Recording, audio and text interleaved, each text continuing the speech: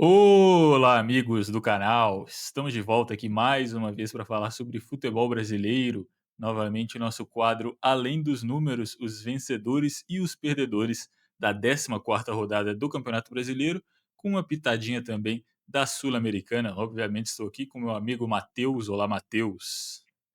Fala Bruno, fala galera. Vamos aqui uma rodada quente, né? Uma rodada interessante, com trocas de posições, com favoritos perdendo, com alguns resultados surpreendentes. Então, acho que tem muita coisa para a gente falar aqui dos vencedores e perdedores. Exatamente, você quer puxar aí o seu primeiro perdedor ou vencedor? A gente começa com qual hoje? A gente começou com os vencedores na última, vamos com os perdedores aqui para dar uma variada. Bora começar. Puxa seu primeiro perdedor aí.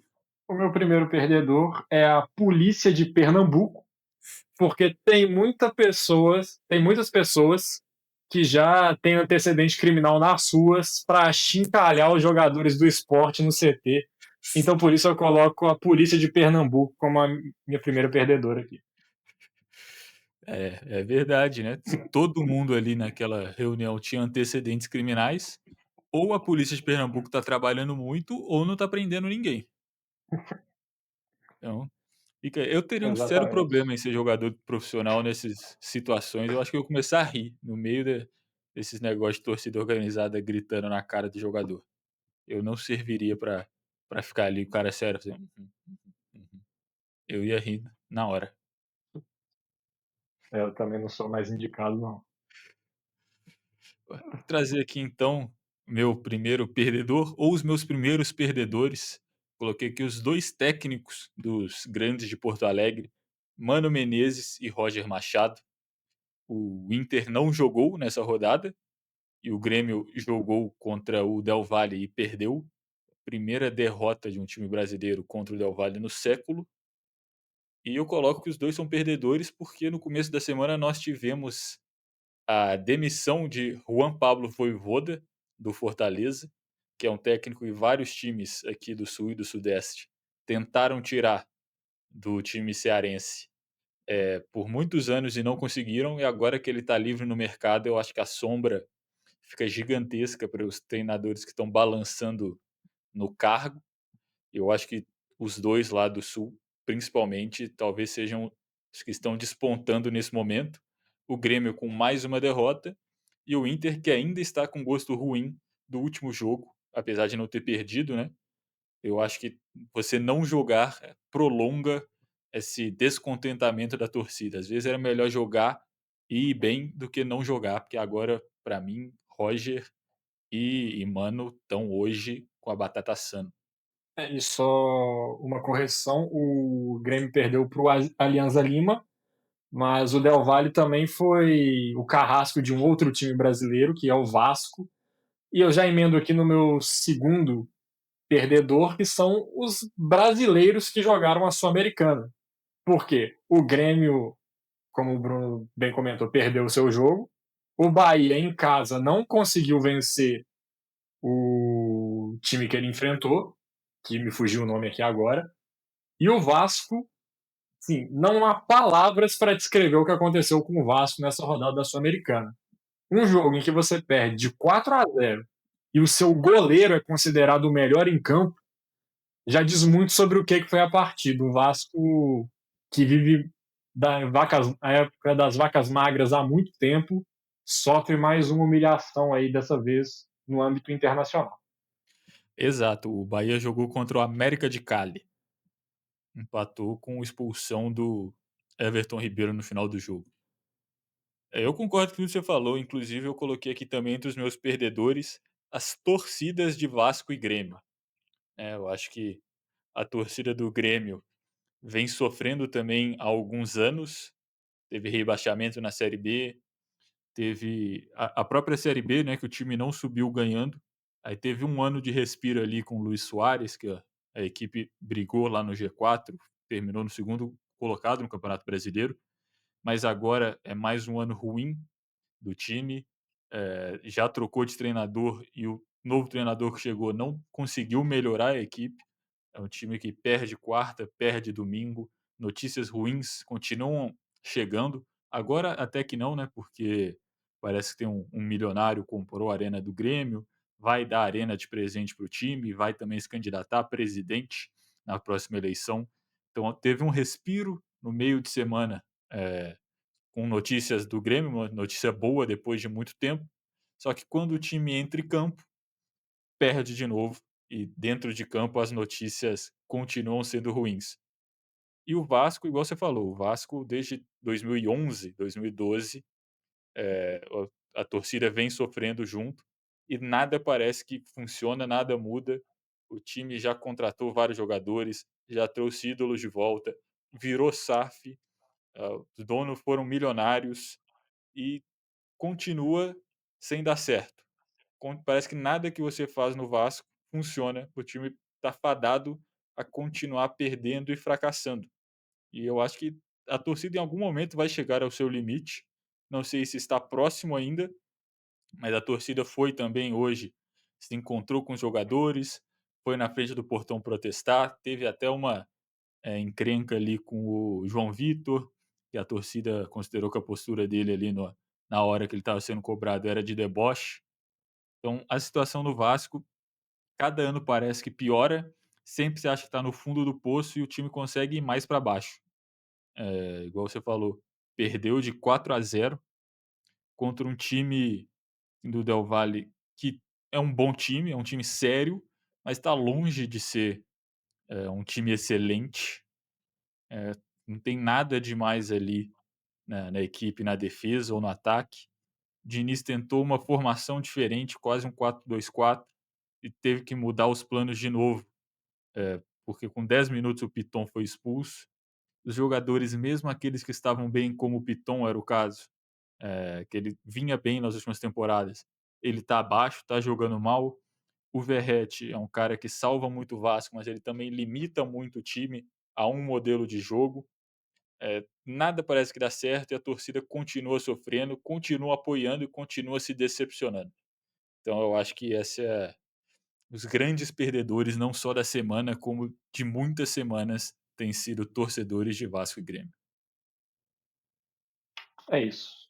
Você falou tudo aí sobre a situação do Vasco e do Grêmio também. Vou puxar aqui mais um perdedor, que esse talvez seja polêmico, porque o time desse jogador acabou de virar líder do Campeonato Brasileiro, mas eu coloco o Gabigol como um dos perdedores da rodada. Por quê? O Cruzeiro está jogando um esquema onde, na minha visão, as únicas opções que ele tem de entrar no time ou é na vaga do Matheus Pereira ou é na vaga do Caio Jorge. E por que, que ele é um perdedor? Porque o Matheus Pereira é um dos melhores jogadores do campeonato e o Caio Jorge é o melhor jogador do campeonato. Então a concorrência está pesadíssima para o Gabigol. O time encaixou sem ele dentro de campo. Ele entrou hoje faltando uns 5 minutos para acabar o jogo, mostrando que até nessas opções para entrar ali do meio para frente ele está um pouquinho para trás. Entrou o Marquinhos, entrou o Eduardo antes dele.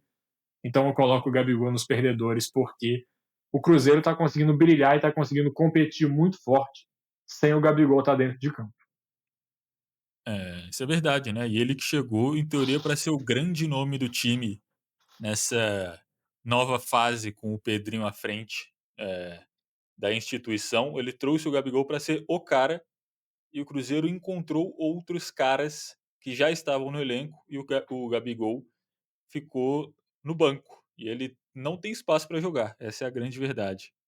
O Jardim falou muito no começo do trabalho, inclusive, que ele é um técnico que não tinha um 11 titular, ele mudava sempre o time com base no adversário. Mas parece que os 11 titulares do Cruzeiro encaixaram tão bem que nem substituir muito ele não gosta de substituir. Até para substituir ele espera bastante tempo, quanto mais entrar com um time alternativo em campo. E só se o elenco chegar a cansar mais para frente na temporada que o Gabigol vai ter mais chance de jogar como titular ou mesmo entrar no começo do segundo tempo. E já que você falou do Cruzeiro, eu vou trazer aqui um jogador ex-Cruzeiro. Vou trazer aqui Vitor Roque como um grande perdedor da rodada. O Palmeiras empatou em 1-1 com o Mirassol, mas o Vitor Roque continua sendo muito criticado. É uma contratação que foi cara do Palmeiras e ele não tem conseguido demonstrar seu futebol. Eu não acho que o Vitor Roque seja um jogador ruim, eu já deixo isso daqui claro. Ele é um jogador que com 16 anos no Cruzeiro, ele já era profissional, foi para o Atlético Paranaense, continuou jogando muito bem, ao ponto de que o Barcelona veio aqui e pagou uma nota por ele. Só que ele é um cara que queimou etapas, ele é um cara que talvez, se ele tivesse continuado na base, ainda tinha algumas coisas, alguns detalhes a aprender, e hoje ele não joga num esquema que favorece ele. Ele é um atacante que é um cara veloz, é um cara forte, é um cara que tem uma boa finalização com a perna direita. Então eu acho que o esquema do próprio Cruzeiro hoje, se tivesse ele ali no lugar do Caio Jorge, eu acho que ele seria muito melhor aproveitado do que ele é hoje no Palmeiras. E tem toda a questão também psicológica que eu vejo no Vitor Roque, e o próprio Abel falou isso na entrevista. Falou que ele vê o Vitor Roque jogando hoje, parece que ele tá com 50 quilos nas costas. É porque o Vitor Roque, na base, ele sempre foi o destaque, ele sempre foi o cara dos times do Cruzeiro. No Atlético Paranaense, ele era a promessa, foi para o Barcelona, sabe, o ápice, assim, numa carreira de um jovem jogador, e ele não conseguiu desempenhar lá, foi tirado do elenco, o Xavi falou mal dele, foi emprestado para o Betis, não conseguiu se encontrar, voltou para o Palmeiras e não tem jogado bem, o contexto não é favorável. Parece que ele está numa espiral negativa, assim, dentro da própria cabeça, que tem atrapalhado ele dentro de campo. Eu ainda acho que ele é um jogador muito talentoso. Se não fosse talentoso, não teria tido todo esse percurso, mas ele não está conseguindo encontrar uma forma de voltar a uma melhor fase. E o contexto que ele está hoje também não é positivo. Tem sido muito criticado pela torcida e não sei se o Abel vai conseguir recuperar o Roque, pelo menos a curto prazo. Eu concordo com você e acho que o valor, impacta muito também qualquer análise que se pode fazer com relação ao Vitor Roque, porque, como o Bruno bem destacou, ele atingiu um pico, mas nas últimas temporadas ele vinha num viés de queda, assim, de não ter espaço no Barcelona, ir para o Betis também não conseguir se encontrar. Era um jogador que dava até para se considerar que era uma aposta, não era uma certeza que ia chegar e que já ia resolver todos os problemas. Era um jogador a ser recuperado. É questão de confiança, questão da parte técnica também, assim, dá para dizer que alguns vídeos dele no Barcelona que viralizaram dele não conseguindo dominar as bolas lá que ele recebia, tal, uma situação bem complicada. Só que o Palmeiras cacifou uma grana nele que não é de aposta, né? É de um cara que vai chegar e vai resolver o problema. E eu vejo similaridades com o que aconteceu com o Yuri Alberto no Corinthians, que em alguns momentos era tratado como piada, como chacota por lances assim bizarros. Tem um lance num clássico contra o Palmeiras que ele cai sozinho dentro do campo, que muita gente ficou zoando ele. O Vitor Roque, eu acho que tá entrando numa espiral negativa parecida com o que o Yuri Alberto estava. O atacante do Corinthians conseguiu dar a volta por cima. Resta saber se o Palmeiras vai dar as condições, vai dar é, apoio ao Vitor Roque para ele também conseguir dar essa volta. Exatamente, eu acho que talvez, né, voltando no tempo, o Vitor Roque, quando chega no Barcelona, ele podia até ter ido para o Barcelona B, assim como foi o Vinícius Júnior. Eu acho que tem essa similaridade ali no começo, ele chegou, não estava pronto para aquele momento do time, o Vinícius no Real Madrid e o Roque no Barcelona, fica ali um tempo, se desenvolve, adapta. Só que eu acho que a gestão de carreira do Vitor Roque também hoje a gente pode falar que ela não é tão positiva, né. Eu acho que todos os times que ele passou, ele não deixou uma impressão tão boa na saída, não teve paciência para aguardar seu momento no Barcelona, quis voltar muito rápido para o Palmeiras. Então eu acho que a gestão dele não tem sido tão boa assim. E sobre isso que você falou, eu acho que talvez, já que eu comparei com o Cruzeiro, né, falei que uma posição similar à do Caio Jorge, eu acho que ele desempenharia melhor do que ele está desempenhando hoje. Eu acho também que num contexto como o do Caio Jorge, o Roque seria mais beneficiado, porque o Caio Jorge era uma grande promessa no Santos, melhor jogador do Mundial Sub-17 pela seleção brasileira, foi jovem para a Juventus, ficou 18 meses machucado, não conseguiu seu lugar como titular, foi emprestado para o Frosinone, onde ele também não conseguiu se destacar, e o Cruzeiro trouxe de volta. Só que o Cruzeiro trouxe pagando 6 milhões de euros, né, não foram os 25 do Roque. E o Caio Jorge ele teve dificuldade no começo do Cruzeiro. Hoje, ele é o artilheiro do campeonato. Tem 12 gols em 13 jogos. Mas ele demorou, depois que ele chegou, uns 3 meses para fazer o primeiro gol. Perdeu o pênalti, foi vaiado pela torcida. Só que o valor dele foi 6 milhões de euros, foi uma aposta. O Roque chegou com o preço de quem ia decidir o jogo. Então eu acho que isso com certeza também pesa na cabeça dele e na cabeça da torcida. É isso, você citou a fase inicial do Caio Jorge. Eu lembro que eu estava no Mineirão em um jogo que, antes de acabar o primeiro tempo, ele foi vaiado e a torcida começou a pedir o Dineno, que estava no banco de reservas, para entrar no lugar dele. Te ver como a confiança, como o estilo de jogo, às vezes, pode mudar um jogador da água para o vinho. Que foi o caso que aconteceu com o Caio Jorge, e eu espero que aconteça com o Vitor Roque também, porque ele é um jogador que tem muito potencial. E Exatamente.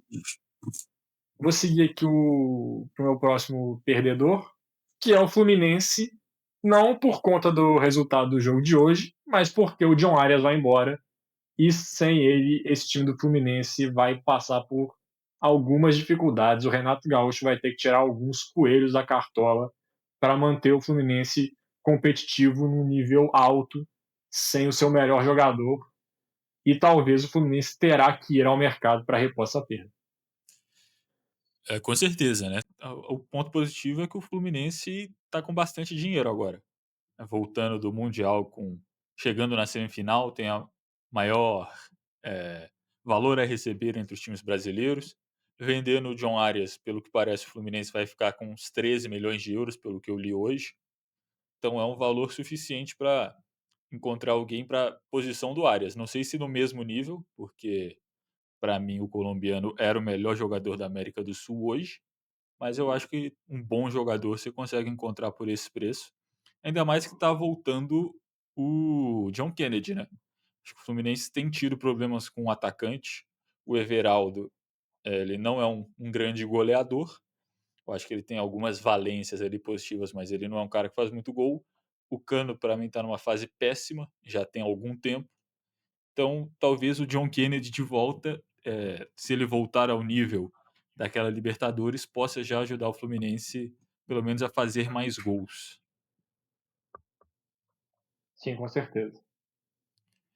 E eu vou trazer aqui, então, mais um da minha lista de perdedores, são os times do G4. Tirando o Cruzeiro, nós temos aqui o Flamengo que perdeu, o Bragantino que empatou, o Bahia não jogou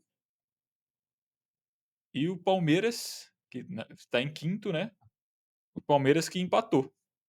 E o Botafogo também, que está em sexto, empatou.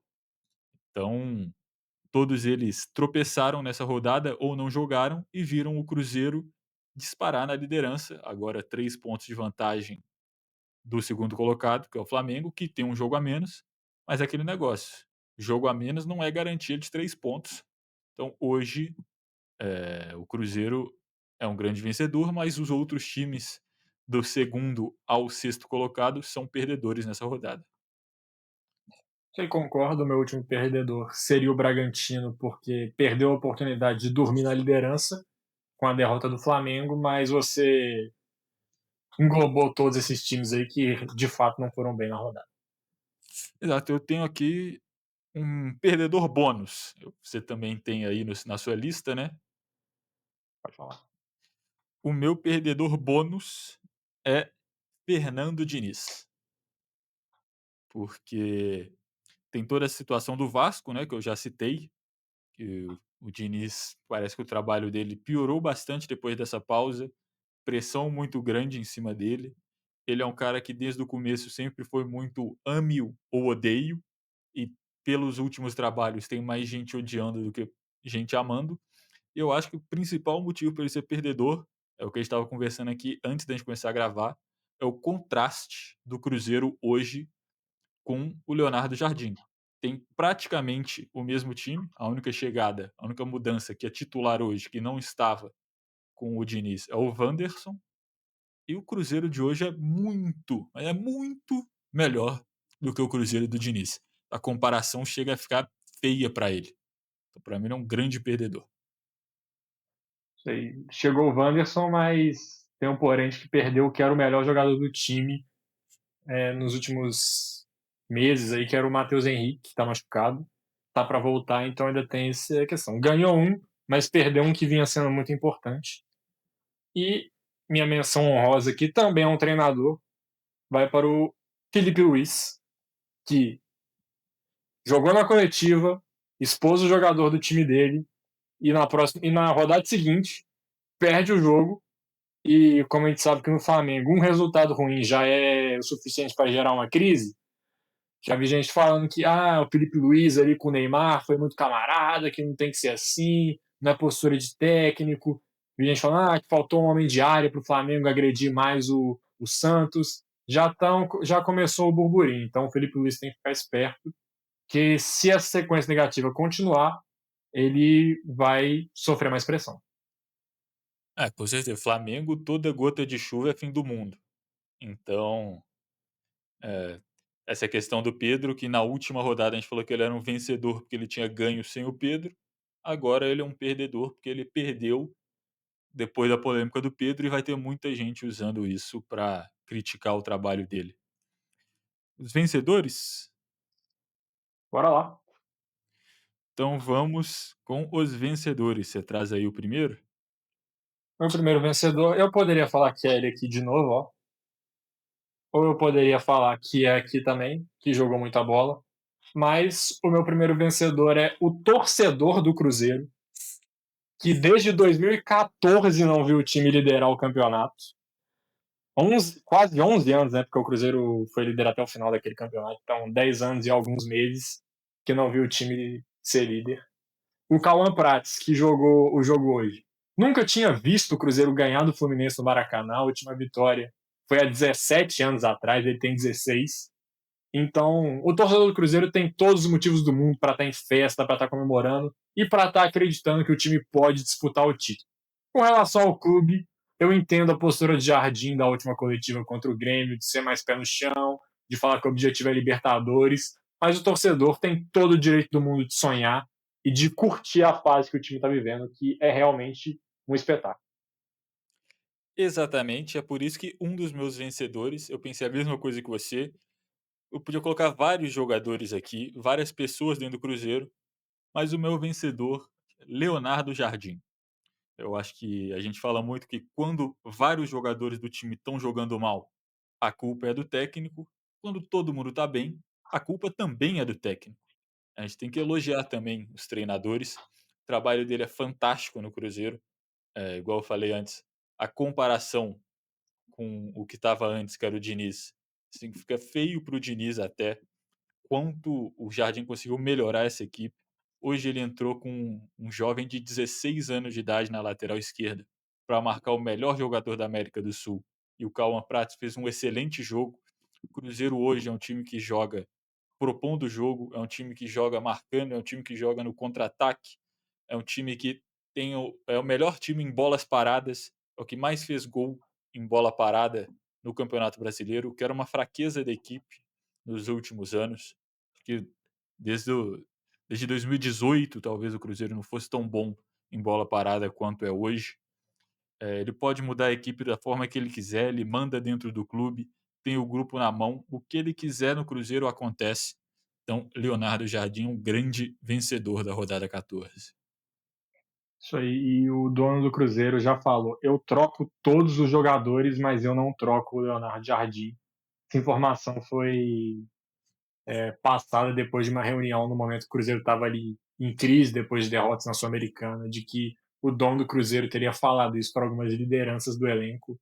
E dá para falar que acertou em cheio, né? Até apostado no Jardim, em vez de alguns jogadores que até já foram embora e não estão conseguindo render em outros clubes.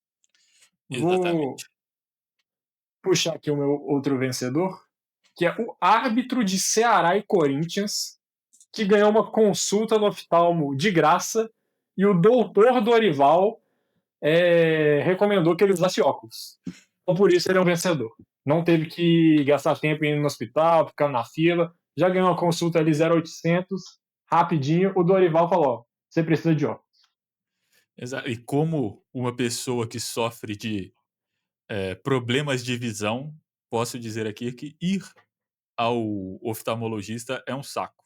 Fica um tempão na fila, aí fica lá: "Ah, melhorou ou piorou? Ah, este ou este?". Então, com certeza já adianta a vida dele bastante esse resultado aí. E eu vou trazer então aqui mais um vencedor, que é a torcida do esporte, simplesmente pelo fato de que não teve que ver o time jogar essa rodada. O esporte não jogou, aqui o confronto é contra o Atlético, que nesse momento está jogando pela Sul-Americana contra o Atlético de Bucaramanga, da Colômbia. Então, o esporte, que ainda não viu seu time ganhar um jogo nesse Brasileirão, pelo menos nesse meio de semana não vai ter que assistir esse time jogar bola. É isso aí, eles não tiveram que ver o time jogar bola, mas isso não impediu eles de verem os jogadores, porque eles foram atrás do time, como já foi citado aqui nos meus perdedores. Então, até quando os torcedores dos esportes ganham, eles perdem. Pelo menos é assim que eu enxergo. E vou trazer mais um aqui, que já estava nos meus vencedores na semana passada, porque não entrou em campo, mas agora ele é um vencedor porque esteve em campo e decidiu o jogo para o time dele. Finalmente, o Neymar ajudou o Santos dentro de campo, fez o gol da vitória contra o Flamengo, jogou muito bem, ajudou o Santos a se afastar um pouco mais da zona ali do rebaixamento, que incomoda ali um time que está voltando da Série B do tamanho do Santos. O Neymar foi decisivo, jogou muito bem, então por isso eu considero o Neymar um vencedor dessa rodada, um grande vencedor, aliás. Exatamente. Eu tinha aqui também como um tópico de vencedores Neymar, Neymarzetes e santistas. Tudo que você falou, num jogo grande, num jogo contra o time que era o líder do campeonato até aquele momento, a Vila Belmiro lotada, gol no finalzinho, Neymar jogando 90 minutos. Então, acho que há muito tempo o torcedor santista não tinha um jogo como o de ontem à noite para comemorar a vitória. É isso. Já quer trazer mais um? Vou trazer mais um aqui, que é David Ancelotti, ou o Anfilhote. É, o Botafogo que empatou nessa rodada, mas eu acho que ele foi muito bem. Eu acho que a equipe do Botafogo jogou o suficiente para ganhar o jogo. O Vitória se defendeu muito bem e mesmo assim o Botafogo conseguiu criar algumas oportunidades de gol. O David ele conheceu uma boa parte do futebol brasileiro. Ele foi no Newton Santos e o Vitória se retrancou completamente. E eu acho que ele teve essa primeira experiência de como é jogar contra uma equipe que está com medo do time dele e que simplesmente escolhe se defender buscando 0-0. E mesmo assim, ele continuou sendo apoiado, eu acho que pela torcida. A torcida está contente com o que a equipe mostrou, o que já é uma diferença comparado ao Renato Paiva, que eu acho que se o Botafogo tivesse empatado em 0-0, só que o Renato Paiva fosse treinador, ele estaria sendo extremamente criticado. Mas pela forma que a equipe se portou com o Anfilhote, mesmo com o resultado não tão positivo, a torcida ainda está contente, está confiante. Então, para mim, ele é um vencedor essa rodada. Tá justo, tá bem entregue. E trazendo mais um da minha lista, é o atacante do São Paulo, André Silva, que marcou os 2 gols do time no empate contra o Bragantino. E no momento em que o Lucas já saiu a informação de que ele não volta para o próximo jogo, onde o Caleri está fora da temporada, e o São Paulo com o Crespo tá ainda tentando achar uma formação, você já tem um jogo que você faz 2 gols, que você ajuda o time a pelo menos evitar a derrota, é importante para ele se colocar ali como um cara que quer ser titular. O São Paulo contratou o Dineno do Cruzeiro, vindo para essa posição de centroavante, e o André Silva já está mostrando ali serviço, fazendo 2 gols, não foi o suficiente para o São Paulo vencer, mas pelo menos evitou a derrota, e isso é importante no São Paulo que está ali na parte de baixo da tabela. Exatamente, ainda mais considerando que o Caleri, mesmo machucado, não vivia boa fase, o Dineno está voltando de lesão, então acho que mesmo com todos os três em forma, se o André Silva continuar performando nesse nível, ele tem tudo para continuar sendo titular. Então É trazer aqui o isso. meu último vencedor, eu acho que é meu último, que é o profissionalismo. O profissionalismo mais especificamente o Mirassol é um grande vencedor nessa rodada. É um time que antes do campeonato começar, tinha gente até falando que não merecia disputar uma Série A do Campeonato Brasileiro, que era um time pequeno, um time que não tinha torcida, mas com profissionalismo, com trabalho sério, com investimento em infraestrutura, em scout, em treinador, o time mostra que ele pode sim competir com equipes da Série A. Empatou com o Palmeiras fora de casa. Palmeiras, inclusive, que eu acho que jogou bem nesse jogo, teve oportunidades para fazer mais gols, mas o Mirassol conseguiu buscar um empate no Allianz. É um time que está em 12º, 11º no campeonato. Eu acho que antes do campeonato começar, ninguém apostaria que o Mirassol, depois de 12 rodadas, estivesse em 11º. Tem jogos a menos ainda para fazer, e depois dessa pausa, o time continuou num viés positivo. Então, para mim, o Mirassol e o profissionalismo são grandes vencedores da 14ª rodada. Isso aí, Mirassol contra o G6 perdeu só pro Cruzeiro, né? Então, complicando a vida dos grandes aí que tá enfrentando, dos times mais poderosos do Brasil, mostrando que tava todo mundo errado em relação às previsões que estava fazendo do Mirassol e tá jogando muito bem mesmo. Eles perderam só 2 partidas no campeonato. Foi Cruzeiro e Bahia, se eu não me engano. Não foi? Perdeu pro Bahia? Mas perdeu o Bahia, eu tô equivocado aqui, perdeu para mais um time do G6. Eu não lembro agora. Eu sei que perdeu pro Cruzeiro e mais um. É, o... você olha aí enquanto eu trago meu último perdedor? Sim, Meu último vencedor? Vencedor. pode trazer, eu tô pesquisando aqui. Meu último vencedor é o Corinthians, que a gente comentou aqui, que estava numa crise danada, que questão fora de campo também está fervendo lá nos bastidores do Timão, mas conseguiu vencer o Ceará, que ele está fazendo um bom campeonato, é, vamos frisar, sem o seu ataque titular, gol do Thales Magno, o Corinthians sem Memphis, sem Yuri Alberto, foi lá, conseguiu arrancar o resultado, que é importante para dar uma acalmada nos ânimos e ir galgando pontos aí, conseguindo avançar na tabela. Então, por isso eu coloco o Corinthians como um vencedor, porque conseguiu um resultado muito importante. Exatamente. E o Mirassol perdeu foi pro Bragantino. Ah, então foi para mais um time que está ali na parte de cima também. Sim. Mas o Ceará que vinha muito bem, né. Então essa vitória do Corinthians fora de casa é surpreendente até. Mesmo, considerando o nome das equipes, você vai pensar: "Ah, o Corinthians é favorito".